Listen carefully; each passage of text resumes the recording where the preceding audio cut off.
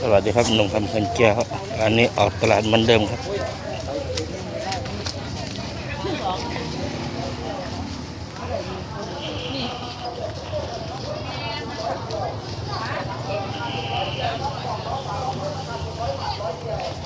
เดินเที่ยวตลาดเหมือนเดิมครับ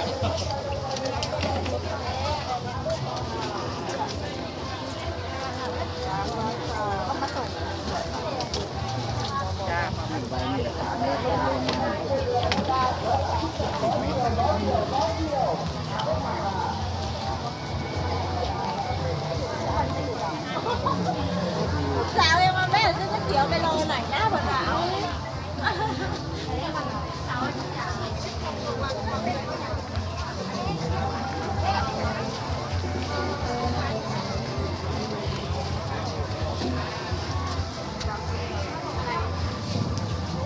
เก่งลูกค้า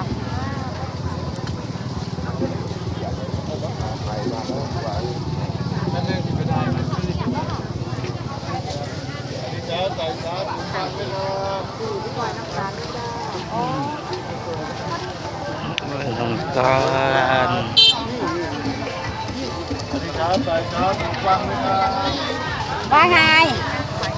ได้ยัง สวัสดีครับเพิ่งมา มาซื้อบักเพียกยายมาซื้อบักเพียกวัดตาเขามาครับวัดตาเขามาว่าสิมาหาของให้เด็กหน่อยเด็กหน่อยเขาหลานลูก แล้วเขาแล้วนำหรอ แล้วเหรอครับ ได้ร้ายปะ